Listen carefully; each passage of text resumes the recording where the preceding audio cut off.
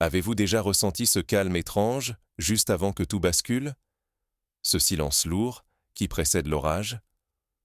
Aujourd'hui, c'est précisément ce que vit l'Ouganda, alors que toute l'Afrique retient son souffle, suspendu à un destin qui pourrait bien changer la trajectoire d'un continent entier. À Kampala, la tension gronde comme un tambour invisible. Cette élection à venir n'est pas une simple rivalité politique. Elle pose 3 questions brûlantes, qui hantent chaque foyer, chaque esprit. Premièrement, la peur peut-elle encore tenir un peuple enchaîné, après tant d'années de privation? Deuxièmement, qui saura dire non, même menacé de tout perdre, voire de sa vie? Troisièmement, jusqu'où ira-t-on, collectivement et individuellement, pour défendre la liberté, ce bien si précieux et si fragile? Les choix des Ougandais résonneront bien au-delà de leurs frontières. Ce scrutin est un test crucial, non seulement pour l'Ouganda, mais aussi pour la capacité de tous les Africains à s'emparer de leur avenir et à refuser la soumission. C'est un peu comme lorsque, dans les années 1990, la chute du mur de Berlin a eu des répercussions bien au-delà de l'Allemagne de l'Est. Soudain, tout un continent a compris que le changement était possible, que l'impensable pouvait advenir si un peuple trouvait le courage de s'unir et d'agir. Si l'Ouganda cède aujourd'hui, une flamme s'éteindra, celle du rêve de justice et de révolte. L'espoir risquerait de s'effacer, laissant la peur prendre racine pour de longues années, comme cela s'est vu dans tant d'autres pays où la résignation a fini par l'emporter sur la volonté de changement. Songez à la Birmanie, où la répression militaire a étouffé des printemps entiers de contestation, condamnant des générations à vivre sous la botte de la peur. Pourquoi ce moment est-il si déterminant? Pourquoi ce soir, l'avenir d'un continent se joue-t-il à Kampala? Pour comprendre l'ampleur de ce qui se joue, il faut revenir sur les mois de tension et d'espoir qui ont mené à ce point de rupture. Tout commence avec un homme, une chanson et le rêve d'un peuple. Cette histoire n'est pas sans rappeler celle de Nelson Mandela, qui, dans les années 1960, avait compris que la lutte pour la justice commençait dans la rue, dans la culture, dans la manière dont un peuple se raconte à lui-même sa propre histoire.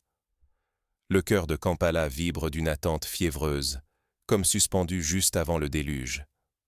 Dans chaque ruelle, chaque marché, chaque bus bondé, la même question hante les esprits. Que va-t-il se passer? L'Ouganda tout entier retient son souffle, prisonnier d'une tension sourde qui précède les bouleversements. C'est un peu la même atmosphère que l'on ressentait au Caire, sur la place Tahrir, juste avant le soulèvement de 2011. Pourtant, dans l'intimité de millions de foyers, une certitude grandit. Bobi Wine a déjà conquis le cœur du peuple, bien avant le moindre dépouillement. On le surnomme le président du peuple, non pour une fonction officielle, mais parce qu'il incarne la douleur, l'espoir et la rage d'une génération oubliée. Son courage, c'est celui de nommer la peur, de la défier à voix haute quand tant d'autres la taisent. Comme Martin Luther King, il ose dire tout haut ce que beaucoup n'osent qu'espérer en silence. En face, trône Yoweri Museveni, l'homme fort d'un régime qui dure depuis près de 40 années. À chaque élection, il promet que ce sera son ultime mandat, mais la promesse se dissout, encore et encore, dans la routine du pouvoir. Beaucoup d'Ougandais n'étaient même pas nés quand Museveni s'est imposé. Pour eux, la tyrannie porte depuis toujours ce même visage fatigué, mais résolu à ne pas céder. Pensez à Robert Mugabe au Zimbabwe, ou encore à Paul Biya au Cameroun, au pouvoir depuis plus de 4 décennies. L'Afrique connaît trop bien ces figures de l'immuabilité politique. Pourtant, quelque chose cède, imperceptiblement. La peur, qui a cimenté le régime des décennies durant, se lézarde. Les voix jadis étouffées se font entendre, portées par la force du nombre. Une majorité qui s'éveille, qui découvre soudain sa propre puissance. Il flotte dans l'air une énergie nouvelle, un parfum de liberté qu'on n'ose pas encore nommer, mais qui électrise les rues. C'est le même frisson qu'ont connu les Sud-Africains à la veille de la libération de Nelson Mandela. Kampala bruise d'attente. Les marchés restent ouverts, mais les conversations se font feutrer, les regards s'esquivent, chacun pèse ses mots. Pourtant, partout, la même obsession. Le vote. Dans les salons de thé, des jeunes échangent des vidéos de Bobi Wine. Près des fontaines, les femmes commentent à voix basse. Les anciens rappellent d'autres époques, mais tous savent que ce scrutin ne ressemble à aucun autre. Cette ambiance rappelle le climat au Kenya avant les élections contestées de 2007, où chaque citoyen sentait que l'histoire était à un tournant. Ignorer ce contexte, c'est accepter que l'histoire se répète à l'infini. C'est détourner le regard au moment précis où tout peut basculer, où un peuple choisit entre l'asservissement et l'affranchissement. Comme en Côte d'Ivoire en 2010, où l'indifférence de la communauté internationale a permis à la violence de s'installer durablement, il est crucial de saisir l'importance de l'instant. Mais la véritable confrontation ne se joue pas seulement dans les rues. Elle oppose, au fond, deux visions de l'Afrique. D'un côté, la peur qui fige, de l'autre, l'espoir qui libère, prêt à briser le cycle pour offrir à tout un continent une nouvelle histoire. C'est la lutte éternelle entre la tentation du statu quo et l'appel du renouveau. Mais dans l'ombre, le régime prépare sa riposte, prêt à tout pour conserver son trône.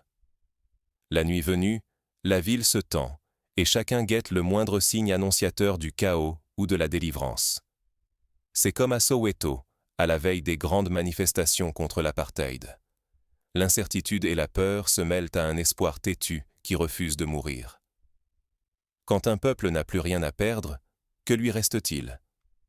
La peur peut paralyser, mais parfois, l'espoir donne des ailes là où tout semblait figé. L'histoire regorge d'exemples. En Tunisie, Mohamed Bouazizi, simple vendeur ambulant, a déclenché le printemps arabe par un geste de désespoir, devenu symbole d'un espoir collectif. En Ouganda, le régime resserre son emprise. Armée, police, médias d'État saturent chaque recoin, veillent, frappent. Malgré cette oppression, le mouvement de Bobi Wine se propage comme une onde, franchit les frontières des villages, touche les camps de réfugiés, rallie les grands-mères et la jeunesse des faubourgs.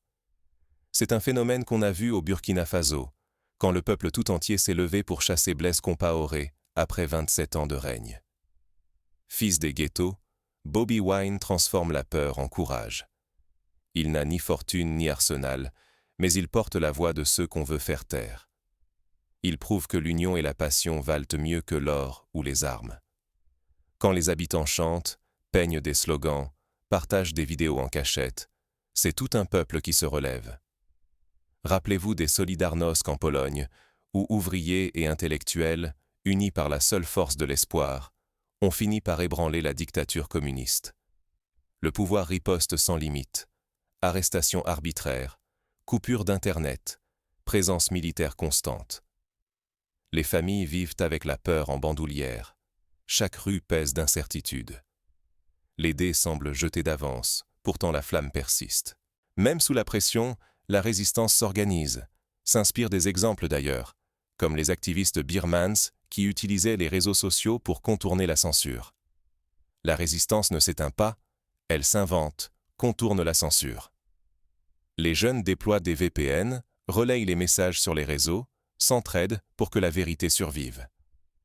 La solidarité devient un bouclier. On partage, on protège, on refuse de plier. Au Venezuela, lors des grandes coupures d'Internet, la population a eu recours à des radios clandestines et à des messageries chiffrées pour garder le fil de la contestation. Même si le pouvoir reste debout, la victoire morale change déjà les esprits. L'idée de liberté grandit, s'enracine, traverse les frontières. Ce peuple qui n'a plus rien à perdre a tout à gagner. La dignité, la justice, la promesse d'un avenir pour l'Afrique.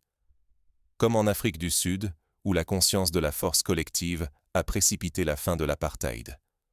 Céder à la peur, ce serait abandonner le futur au silence. Mais l'espoir est contagieux. Il passe d'un regard à l'autre, d'une chanson à une affiche, jusqu'à devenir impossible à étouffer. On l'a vu au Chili, dans les années 80, où la musique et la poésie ont joué un rôle central dans la résistance à la dictature. Mais quand l'espoir devient trop visible, le pouvoir cherche à étouffer la moindre étincelle. C'est alors que la lutte prend un nouveau tournant, imprévisible.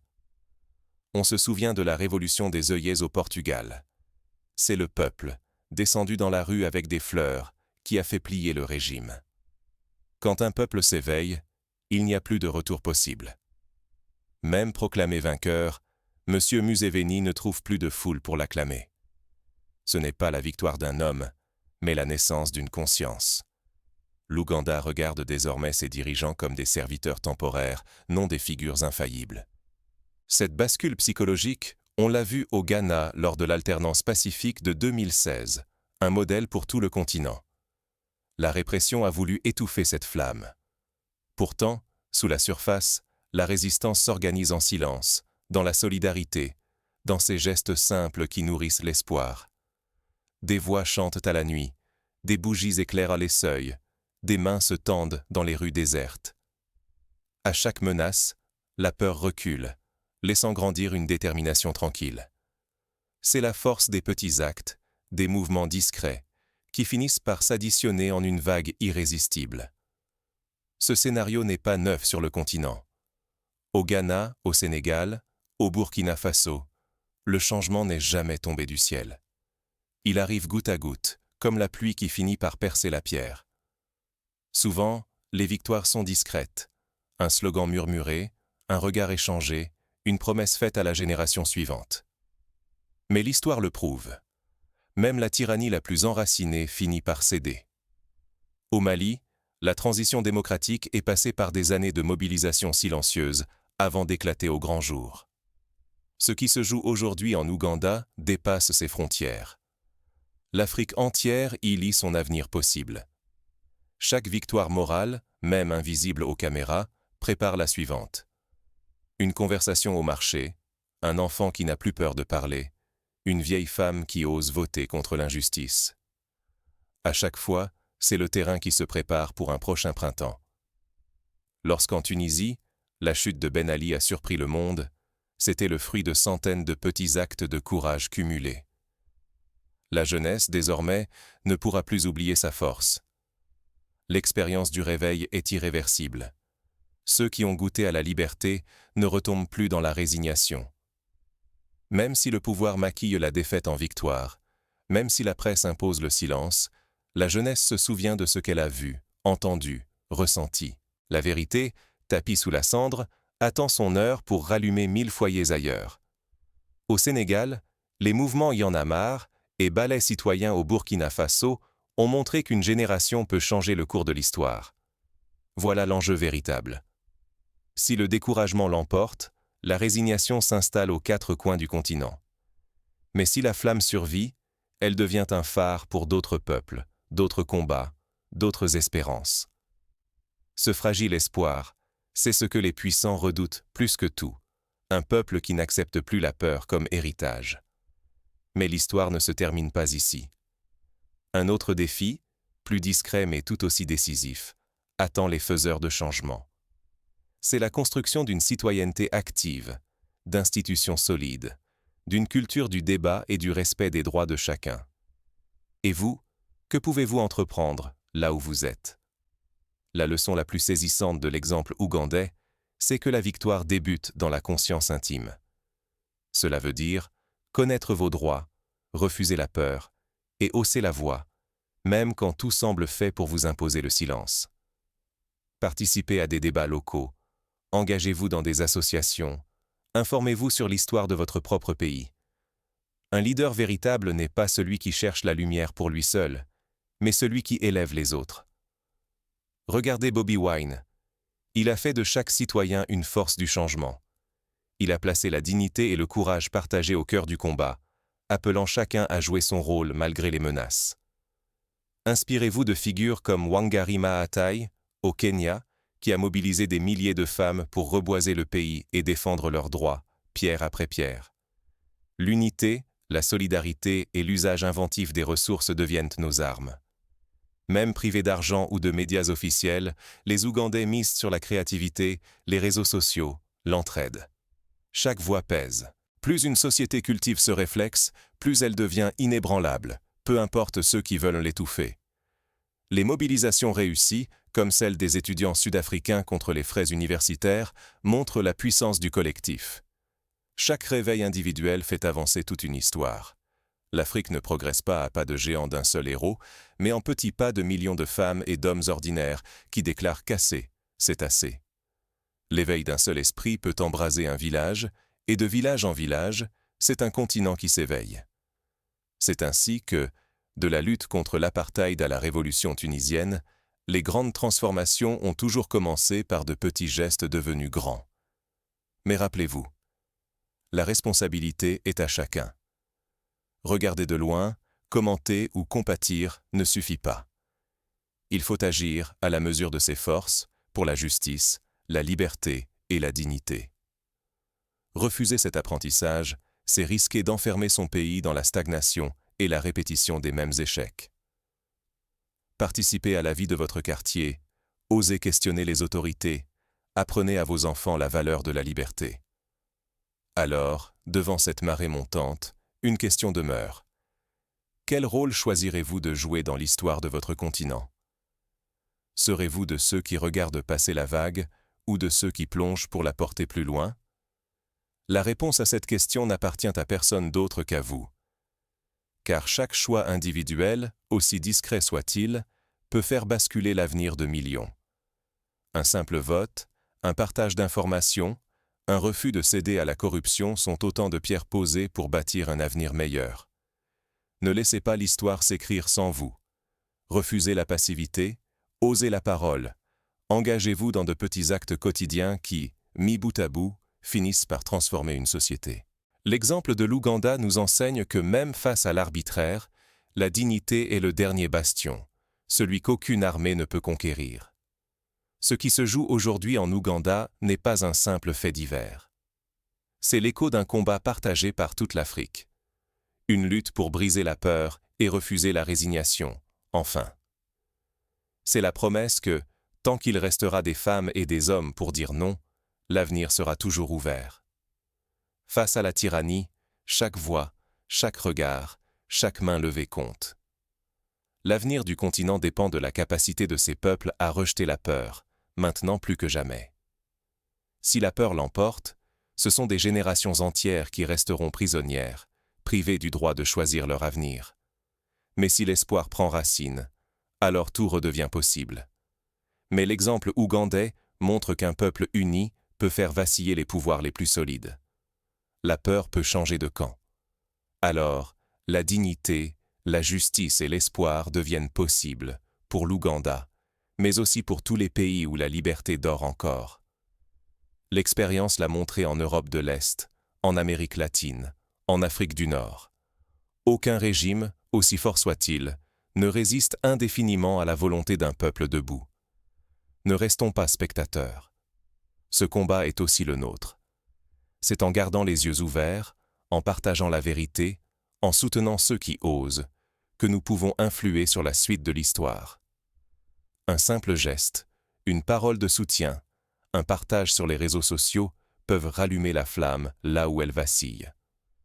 Le pouvoir n'appartient pas à ceux qui imposent le silence, mais à celles et ceux qui refusent de s'y soumettre. Restons vigilants, posons des questions, agissons ensemble. Ce qui se passe aujourd'hui en Ouganda est le reflet d'un continent prêt à s'éveiller. Et, qui sait, peut-être que demain, l'étincelle ougandaise deviendra l'incendie salutaire du renouveau africain. N'attendez pas que d'autres écrivent l'histoire à votre place. Levez-vous, agissez et souvenez-vous. Chaque printemps commence par une graine semée en silence. Serez-vous cette graine ou laisserez-vous la peur dicter votre destinée? Le choix vous appartient. L'Afrique attend votre réponse.